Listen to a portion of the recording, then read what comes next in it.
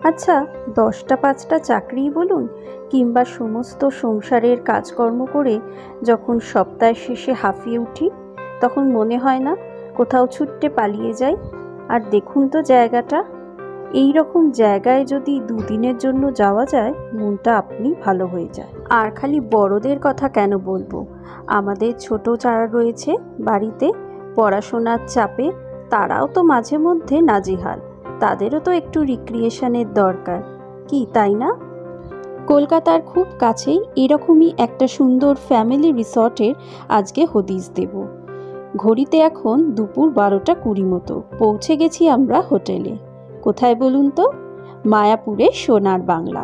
কথায় আছে না, first impression is the last impression. মায়াপুরের সোনার বাংলা হোটেলের রিসেপশন এরিয়ায় এসে ঠিক সেরকমটাই মনে হলো। চারদিকটা সাদা রঙের মধ্যে গাঢ় নীলের ছোঁয়া, আর রয়েছে সব কিছুতেই কৃষ্ণের ছাপ। গরম যা পড়েছে, মনটা এটাই চাইছিল, একটা রিফ্রেশিং ওয়েলকাম ড্রিঙ্ক। আর রংটাও দেখুন, একদম পারফেক্ট ডেকোরের সঙ্গে, তাই নয়? এই উইকেন্ড ট্রিপের পেছনে আছে দুটো কারণ। তার মধ্যে একটা হলো বাড়ির যারা বড় তাদেরও চার দেয়ালের বাইরে একটু বার করা। ওয়েলকাম ড্রিঙ্কে চুমুক দেওয়ার পর গল্ফ কার্টে করে আমরা চললাম রুমের দিকে। আশা করি বুঝতে অসুবিধে হচ্ছে না যে রিসেপশন এরিয়া থেকে রুমটা বেশ খানিকটা। এই ব্যবস্থাটা ওনাদের খুবই ভালো লাগলো। আমবাগানের মধ্যে দিয়ে আমরা পৌঁছে গেলাম আমাদের রুমে। আমাদের রুম নাম্বার ছিল D114, যদিও আমাদের 4টে রুম বুকিং ছিল। চলুন প্রথমেই আপনাদের সোনার বাংলা মায়াপুরের রুম ট্যুরটা দিয়ে নেওয়া যাক। দরজা দিয়ে ঢুকতেই বাঁ হাতে প্রথমে একটা ক্যাবিনেট, তারপরেই লাগেজ রাখার একটা জায়গা। এরপরের যে ইউনিটটা রয়েছে সেটা আমার ভীষণ পছন্দ হলো। দুটো অ্যাকোয়াগার্ডের জল ভর্তি করে রাখা বোতল আর নিচটায় স্লাইডিং করা টি কফি ইউনিট। এত সুন্দর ডিজাইনগুলো প্রথমেই তো মন কেড়ে নিল। বেডটাও যথেষ্ট বড়, কিং সাইজ বেড বলা যায়। আর এদিকে একটা উইন্ডো রয়েছে যেখান দিয়ে আপনি পুলের একটা ভিউ পাবেন। তারপরেই রয়েছে একটা সুন্দর ড্রেসিং টেবিল। আর প্রত্যেকটা জিনিসের মধ্যেই রয়েছে শিল্পের ছোঁয়া। বিশেষ করে দেখুন এই যে কাঠের ওপরে সুন্দর কারুকার্যগুলো, দারুণ লাগছিল দেখতে। সেন্টার টেবিলেও রয়েছে সেম ডিজাইন। একটা বড় সোফা পাতা রয়েছে। আর এই হলো পুরো রুমের একটা লুক। ফ্যানও রয়েছে, আর গরমকালে ট্রাভেল করছি, এসি তো মাস্ট। আর বেডের দুদিকে দুটো বেডসাইড টেবিল। ছিমছাম সাজানো হলেও এর মধ্যে কিন্তু একটা নান্দনিক ছোঁয়া পাওয়া যায়। এসেই বারান্দার পর্দা সরিয়ে উকিঝুঁকি মারছে, কারণ আমাদের রুমটা কিন্তু পুল ভিউ রুম। বিছানায় শুয়ে শুয়েই আপনি পুলের সুন্দর একটা দৃশ্য উপভোগ করতে পারবেন। স্লাইডিং ডোর দিয়ে বেরিয়েই রয়েছে একটা বারান্দা। আর যেহেতু সুইমিং পুল রয়েছে, ভেজা জামা কাপড় তো হবেই, একটা ভালো আলনাও দেওয়া রয়েছে, খুব দরকার হয়। বিশাল বড় সুইমিং পুল ওনাদের। বাইরে যদিও ফাটা গরম এখন, কিন্তু মনটা তাই জন্যই তো চাইছে কখন পুলের জলে ঝাঁপটা মারব। কতটা বিশাল যে পুলটা আপনাদের চলুন পরে আর একবার ঘুরে দেখাচ্ছি। বারান্দাতেও চা কফি নিয়ে বসতে পারেন, সুন্দর চেয়ার টেবিল দিয়ে সাজানো রয়েছে। এই হলো পুরো রুম থেকে একটা ভিউ। আর কিছু রুমের ছবিও আপনাদের সঙ্গে শেয়ার করলাম যাতে বুকিংয়ের টাইম আপনাদের সুবিধে হয়। তবে নন পুল ভিউ রুমও কিন্তু এনাদের বেশ কিছু রয়েছে, সুইটও রয়েছে। আপনারা কতজন আসছেন সেই মতো আপনাদের পছন্দ মাফিক রুম বুক করতে পারেন। বিছানার অপোজিটেই রয়েছে একটা এলসিডি টিভি, আর তার পাশে আর একটা জানলা আগেই দেখালাম। আর আমার সবচেয়ে সুন্দর লেগেছে এই টি কফি ইউনিটটা। স্লাইডিং, একটার মধ্যে রয়েছে হট কেটল, আর একটার মধ্যে সুন্দর করে সাজানো কমপ্লিমেন্টারি টি কফি স্যাশে আর কাপস। আর এদিকে রয়েছে একটা রেফ্রিজারেটর। আর ফ্রিজটা কিন্তু ভালোই ওয়ার্কিং ছিল, ভালো ঠান্ডা হচ্ছিল। আর মেইন দরজা দিয়ে ঢুকেই ডান দিকে হচ্ছে ওয়াশরুম। খুব বিশাল নয়, কিন্তু একদম নিট অ্যান্ড ক্লিন, টিপটপ যাকে বলে। সুন্দর একটা বেসিন রয়েছে, তার সামনে মিরর, কমপ্লিমেন্টারি সমস্ত টয়লেট্রিজও দেওয়া রয়েছে, একটা ওয়েস্টার্ন কমোড রয়েছে, আর সেপারেটেড একটা শাওয়ার এরিয়া রয়েছে, ওভারহেড শাওয়ার রয়েছে। আর এখানে যে কমপ্লিমেন্টারি বাথ জেল, শ্যাম্পু, হ্যান্ডওয়াশগুলো ওনারা প্রোভাইড করছেন, সেগুলোর কোয়ালিটি কিন্তু ভীষণ ভালো। অনেক সময় থাকে হোটেলের জিনিস ব্যবহার করা যায় না, এখানে যে জিনিসগুলো ওনারা দিয়েছেন সেগুলোর quality too good. Bed linens, towels সবই নিট অ্যান্ড ক্লিন। হোটেলে আমরা একটু ফ্রেশন আপ হয়ে রেডি হয়ে গেলাম পুলে ঝাঁপ মারবো বলে। চলুন তাহলে পুল এরিয়াতে আপনাদের নিয়ে যাই। ওনাদের বাথ টাওয়েলসও রয়েছে, যেরকম আপনাদের দরকার ওনারা প্রোভাইড করে দেন। মায়াপুর সোনার বাংলা হোটেলের ইউএসপি যদি বলতে হয় তাহলে এই বিশাল বড় সুইমিং পুল। আমাদের মতো যারা জলের পোকা তারা তো এই পুলে একবার নামলে উঠতেই চাইবেন না। চুটিয়ে পুলে এনজয় করার পর চান সেরে চললাম লাঞ্চের জন্য। আর মাথার ওপর ঝুলছে থোকা থোকা আম। আম বাগানের মধ্যে দিয়ে রাস্তা, দারুণ সুন্দর। গরম হলেও গাছের ছায়ায় বেশ আরাম। ফুলে প্রচুর দাপাদাপি করেছি আর এক্সারসাইজও হয়েছে প্রবল, খিদেও পেয়েছে জোরদার। এখন বাজে ঘড়িতে 3টে দুপুরবেলা, আর আমরা চান টান করে ফ্রেশ হয়ে আবার চললাম আমবাগানের মধ্যে দিয়ে লাঞ্চ খেতে। দেখি এখানে লাঞ্চে কি রয়েছে, আর ইচ্ছে আছে যে লাঞ্চে অল্পই কিছু খাবো, কারণ রাত্রিরে তো আমাদের খাওয়া দাওয়া আছেই। সুইমিং করে তো বিভৎস খিদে পেয়েছে, অল্প তো কি হবে। হ্যাঁ সেটাই তো বলছি, চল।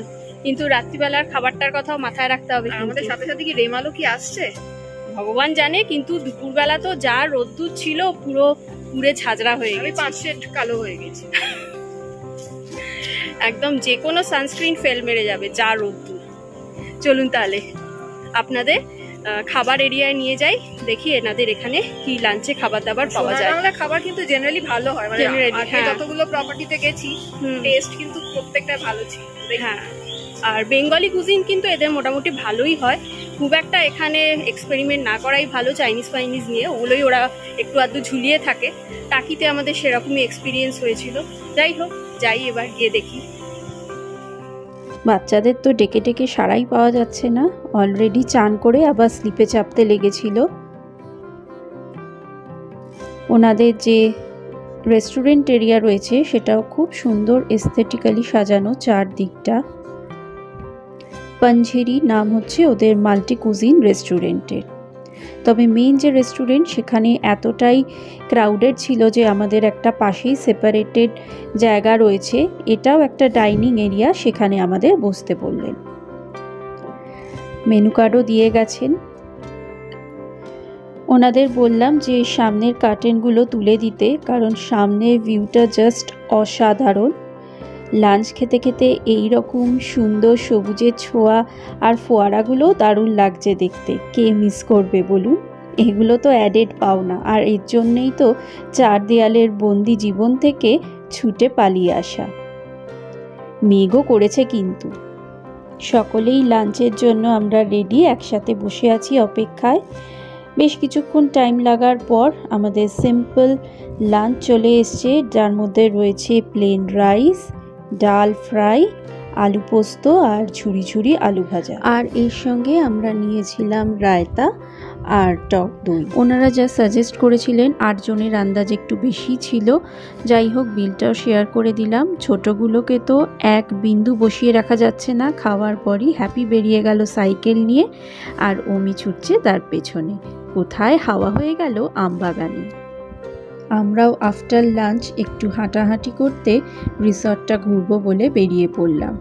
বললাম না যে 8 জনের আন্দাজে খাবারটা একটু বেশিই ছিল, তাই খাবার নষ্ট করব না বলে একটু চেপেই খেয়ে ফেলেছি। কিন্তু নো টেনশন, এত সুন্দর যেখানে গ্রিন গ্রাস লন রয়েছে সেখানে পায়চারি করলেই আশা করছি হজম হয়ে যাবে খাবার। সোনার বাংলার আউটডোর অ্যাক্টিভিটিগুলো দারুণ থাকে। খুদেদের তো একদম বোর হওয়ার স্কোপই নেই। আমরাও কিছু পোজ মেরে ছবি তোলার পর চোখ গেল মায়েদের দিকে। মায়েরাও যেন ছোটবেলাটাকে আবার নতুন করে ফিরে পেয়েছে। যাই হোক, যেটার জন্য সকলকে নিয়ে আসা সবাই চুটিয়ে কিন্তু আনন্দ করছে। এটাই কিন্তু আমরা চেয়েছিলাম প্রত্যেকে। যারা আমাদের আনন্দ দেবার জন্য এতটুকু ত্রুটি রাখে না, তাদের খানিকটা আনন্দ দিতে পেরে আমরাও বেজায় খুশি। আমাদের বাড়ির ছোট্ট হনুমানের লম্পঝম্প শুরু হয়ে গেছে। আর ওদিকে মায়েরা যাচ্ছে মায়াপুর ইস্কনের মন্দির ঘুরতে তাতাইয়ের সাথে। আমরা আর গেলাম না, কারণ অলরেডি আমরা অনেকবার মায়াপুর এসে মন্দিরে দর্শন নিয়েছি। আমরা তাই রিসর্টটাই এনজয় করব বলে বাচ্চাদের সাথে রয়ে গেলাম বাচ্চা হই। পায়ের নিচে নরম সবুজ ঘাস আর মাথার উপরে খোলা আকাশ। সবচেয়ে বড় কথা, টেনশন ফ্রি একটা উইকেন্ড আমরা এখানে কাটাচ্ছি। একঘেয়ে জীবন থেকে মুক্তি। ছোট্ট ছোট্ট উইকেন্ড ট্রিপগুলোর এগুলোই কিন্তু পাওনা। চলুন এরপরে একটু আম বাগানে ঘুরে আসা যাক। প্রচুর আমের গাছ আছে রিসর্টে, আর একদম হাতের নাগালেই ঝুলছে বড় বড় আম। না, গাছ থেকে পারবো না, দেখি যদি মাটিতে কোথাও পড়ে থাকে একটা দুটো তো নিশ্চয়ই কুড়োবো। এই তো দেখি মেঘনা চাইতেই জল, চোখে পড়ে গেল।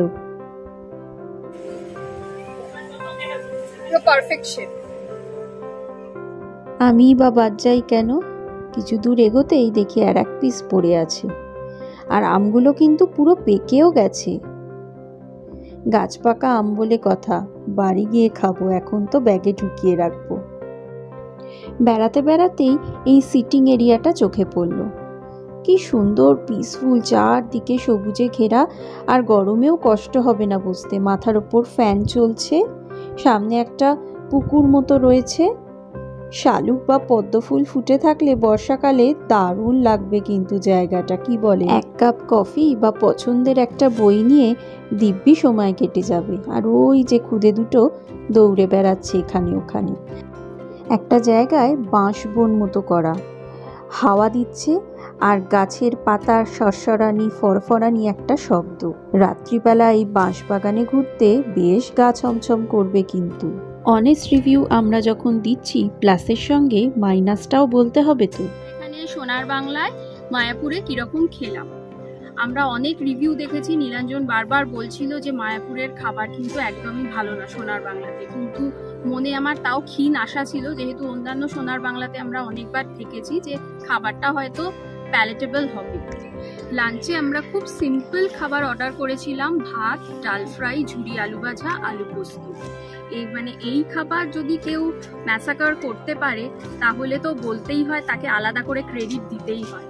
ভাত আর ডালটা মোটামুটি ঠিক ছিল, কিন্তু আলু পোস্তটা যে কিরকম বানিয়েছিল, আমার তো ইচ্ছে হচ্ছে যে শেফের কাছ থেকে রেসিপিটা শিখতে হবে, কারণ আলু পোস্ত যে কেউ এতটা ঝুল বানাতে পারে, আলুটা তো আমরা অনেক রিসার্চ করে সবাই মিলে যেটা ভাবলাম যে সকালে হয়তো পুরি সবজির আলুটাকেই আর একবার ফুটিয়ে দিয়ে দিয়েছে পোস্তর মধ্যে। যাই হোক, একদম ডিজাস্টার ছিল আলু পোস্তটা। আমরা ভেবেছিলাম একটু রেলিশ করে খাবো, কিন্তু হলো না। আর আলু ভাজাও যেটা দিয়েছিল পুরো একদম নিয়নো ছিল, বলতে আর একটা প্লেট পরে একটু তাও ক্রিস্পি ছিল, দিল এক প্লেট, কিন্তু আগেই আমরা খাওয়া স্টার্ট করে দিয়েছি। আমরা 3 প্লেট নিয়েছিলাম আলু ভাজা, 2 প্লেট অলরেডি আমাদের ততক্ষণে খাওয়া হয়ে গেছে, 1 প্লেট রিপ্লেস করেছিল। আর মোটামুটি আমরা যা খেয়েছি, দই আর রায়তা ছিল এর সঙ্গে, 5,500 টাকার উপর বিল হয়েছে, কিন্তু আমরা যা খেলাম নট স্যাটিসফাইড অ্যাট অল। তো খাবার কিন্তু একদমই আমাদের ভালো লাগে। আমার তো মনে হয় যে আমরা যে 8 জনে মিলে 5,500 টাকার খেলাম আর সিম্পল ডাল ভাত আলু পোস্ত খেলাম, তার জন্য 5,500 টাকা যে পে করলাম, আমার তো মনে হয় একদমই জাস্টিফাইড না। একদম ভেজ খেলাম পাতি, কোনো নন ভেজ আইটেমই আমরা নিইনি, এগও নিইনি ইভেন, তো কোয়াইট কস্টলি। আর যদি টেস্টটাও ভালো হতো মানতাম, একদম যাচ্ছে তাই। এত সুন্দর প্রপার্টি, কিন্তু খাবারটা একদম পুরো ছুঁয়ে দিল। ছোটদের কসরত আর কাণ্ড কারখানা দেখে তো আমরা হেসে গড়িয়ে যাই আর কি। এই দিকটাও বিশাল মাঠ, অনেক বসার জায়গা, আর আবার আমরা গুটি গুটি পায়ে পুলের দিকেই হাঁটা লাগাচ্ছি। পুলটা এখন বেশ ফাঁকা, একটা সময় ভীষণ ক্রাউডেড হয়ে গেছিল। আর পুলের পাশে যে ঘরগুলো দেখা যাচ্ছে পাশাপাশি, এটারই 4টে রুম বুকিং আমরা করেছি। আর পুল সাইডে প্রচুর বসারও অ্যারেঞ্জমেন্ট রয়েছে, কেউ পুলে না নেবে এখানেও বসে চিল আউট করতে পারে কিন্তু। তবে ছোটগুলোর আবদারে এখন আমরা চললাম ওদের কিডস প্লে এরিয়াতে, ইনডোর যেটা। রেস্টুরেন্ট যে বিল্ডিংটায় আছে তারই ওপরের ফ্লোরে লিফটে করে চললাম, কারণ এখানেই রয়েছে ইনডোর কিডস প্লে এরিয়া।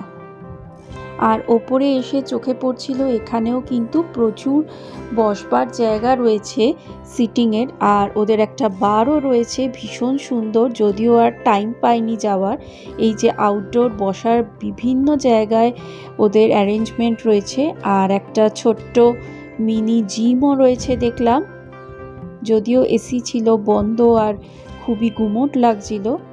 যাই হোক, এখানে এসে জিম করার কোনো ইচ্ছাই আমাদের ছিল না। হ্যাপি একটু সাইক্লিং করলো আর আমরাও পালাই পালাই করে চলে এলাম ওদের কিডস এরিনাতে। কানহা নাম ওদের কিডস প্লে এরিয়াটা, ভীষণ কালারফুল, আর সবচেয়ে যেটা দরকার বাচ্চাদের জন্য পরিষ্কার। অনেক সময় থাকে যে এই কিডস প্লে এরিয়াগুলো খুবই অপরিষ্কার থাকে, নিট অ্যান্ড ক্লিন, টিপটপ, আর জায়গার জিনিস জায়গায় গুছিয়ে রাখা। বিভিন্ন ধরনের কচিকাচাদের জন্য অ্যাক্টিভিটি রয়েছে, ঠিক সেরকমই বড়দের, টিনেজারদের সবাইকার জন্য কিছু না কিছু রয়েছে। এনিট ব্লাইটনের প্রচুর বই রয়েছে, হ্যাপির বয়সী বাচ্চাদের তো খুবই প্রিয়। আর খুব সুন্দর করে সাজানো বুকশেলফটা, কিছু কিছু শোপিস যেগুলো সত্যি নজর কাটছিল। যে যার মতো খেলায় ব্যস্ত, কেউ স্নুকার, কেউ ফুটবল, কেউ ক্যারাম, আর আমাদের অমিও পাজেল নিয়ে বিজি। কি সুন্দর সাজানো, কালারফুল।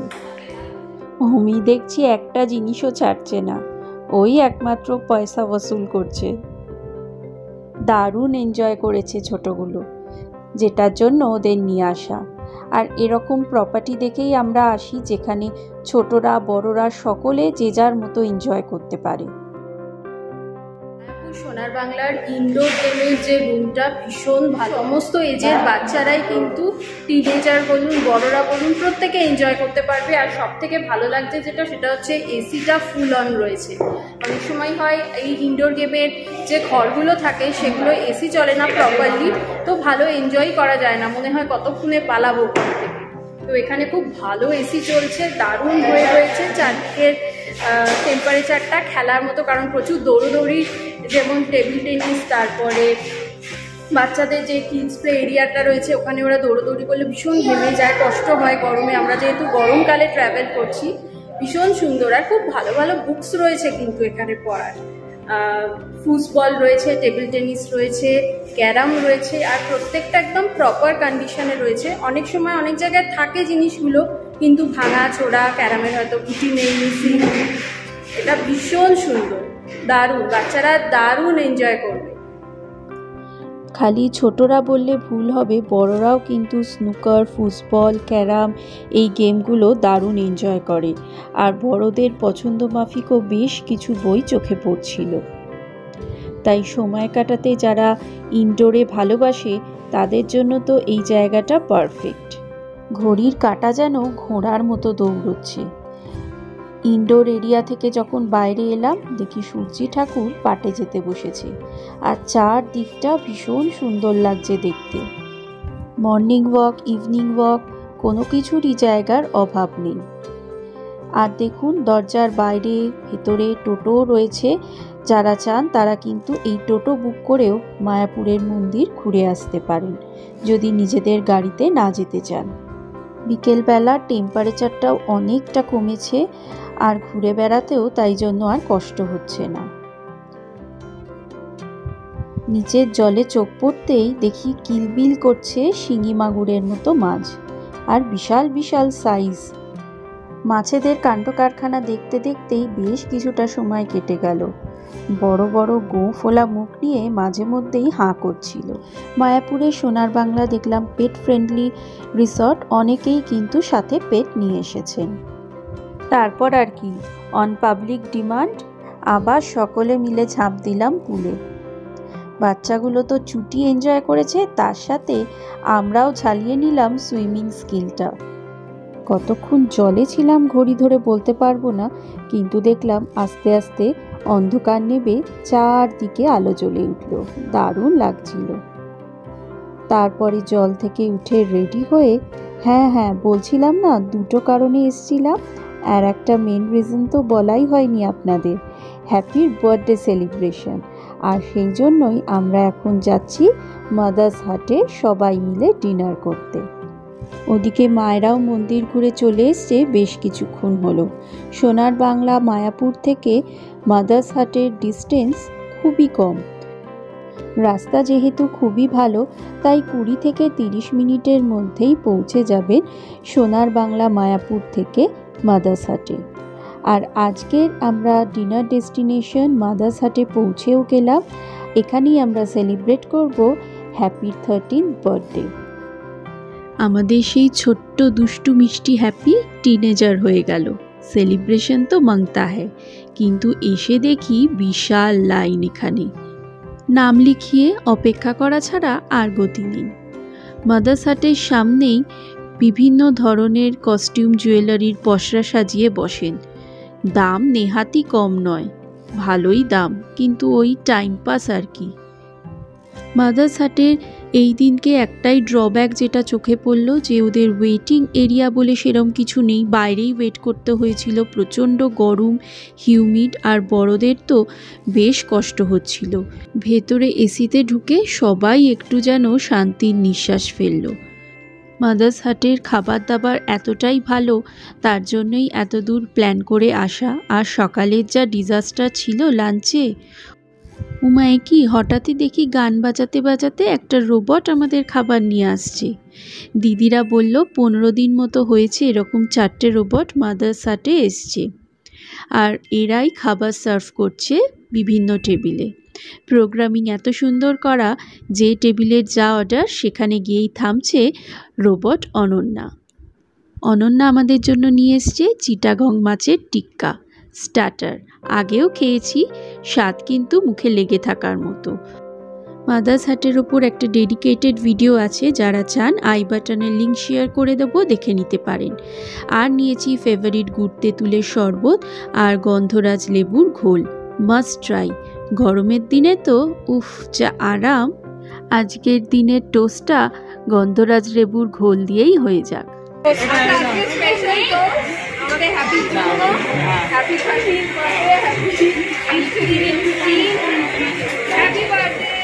হ্যাপি বার্থডে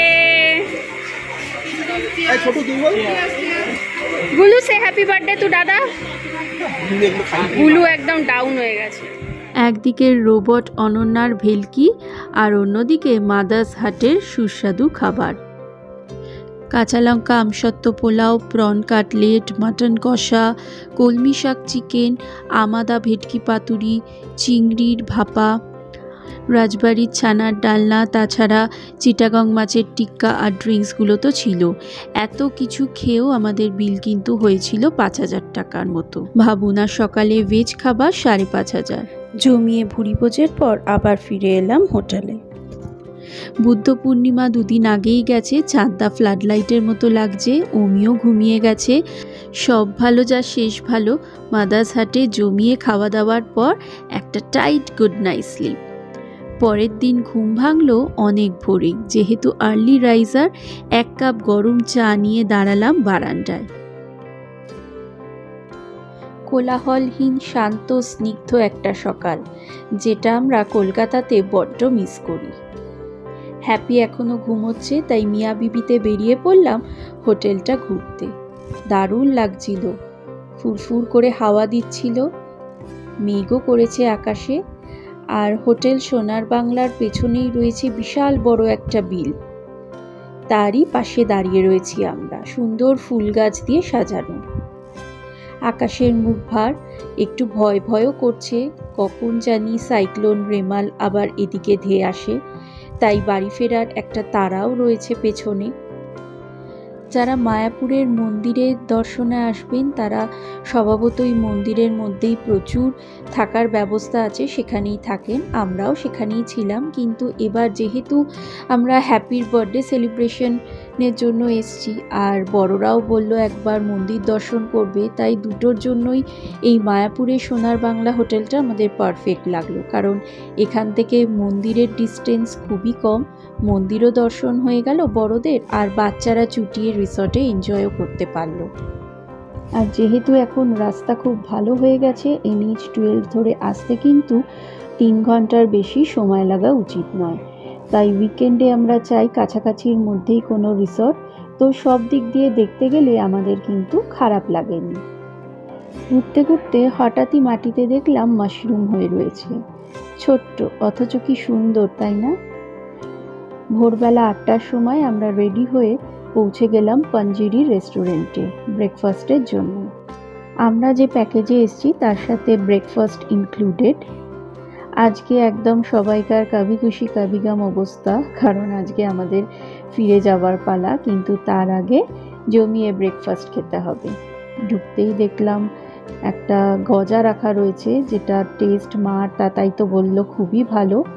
তার সাথে রয়েছে চা, কফি, আর হ্যাঁ আমাদেরও মগজাস্ত্রের জোর রয়েছে, আলু পোস্তর আলুর সন্ধানও পাওয়া গেছে। এই যে পোট্যাটো ওয়েজেস, এগুলোকেই 3 টুকরো করে আলু পোস্ততে দিয়েছিল। রয়েছে পরিচ, লুচি, ছোলার ডালটা খুবই ভালো বানিয়েছিল, যদিও লুচিটা খুবই রাবারি ছিল। একটা সুজির উপমা রয়েছে, বড়া রয়েছে, ইডলি, তার সাথে রয়েছে 2 ধরনের চাটনি আর সাম্বার, সিরিয়ালসের মধ্যে কর্নফ্লেক্স আর চকোস, আর ম্যাঙ্গো ড্রিঙ্ক, আর এদিকে চকলেট মাফিন আর স্লাইস কেক, আর এটা একটা কুকি কাম কেক, বলতে পারবো না, খুব একটা টেস্টটা ভালো লাগেনি। আর রয়েছে কলা, তরমুজ আর ভেজ স্যান্ডউইচ। এই হলো ওদের পুরো রেস্টুরেন্টের একটা ভিউ। সবাই যে যার পছন্দ মতো ব্রেকফাস্ট নিয়েছে, আমিও নিয়েছিলাম প্লেট ভর্তি করে। এছাড়াও আপনি পছন্দ মতো অমলেট, সানি সাইড আপ অথবা বয়েলড এগ যেটা খাবেন অর্ডার দিতে পারেন, কিংবা ধোসা ওনারা সঙ্গে সঙ্গে বানিয়ে এনে দেবেন। ডিসেন্ট লাগলো ব্রেকফাস্ট সোনার বাংলা মায়াপুরে। 11টার সময় হলো ওদের চেক আউট টাইম। গল্ফ কার্টও এসে হাজির ব্যাগ প্যাক করে। এবার আবার আমরা টাটা বাই বাই করে চললাম কলকাতার পথে। আর বাড়ি নিয়ে ফিরছি এক রাশ আনন্দ, যেটা রসদ হয়ে থাকবে আবার কিছু দিনের জন্য। যেখানে এত আম গাছ, আম না নিয়ে কি আর বাড়ি ফেরা যায়? বেশ সস্তায় কয়েক কিলো আম কিনে তবেই আবার রওনা দিলাম কৃষ্ণ বলো সঙ্গে চলো বলে। আশা করছি আমাদের এই অনেস্ট রিভিউটা আপনাদের ভালো লাগলে একটা লাইক অবশ্যই করবেন, কমেন্ট করে জানাবেন কেমন লাগলো, আর সাবস্ক্রাইব না করা থাকলে সাবস্ক্রাইব করে পাশে থাকবেন। দেখা হচ্ছে তবে অন্য ডেস্টিনেশনে। Bye bye.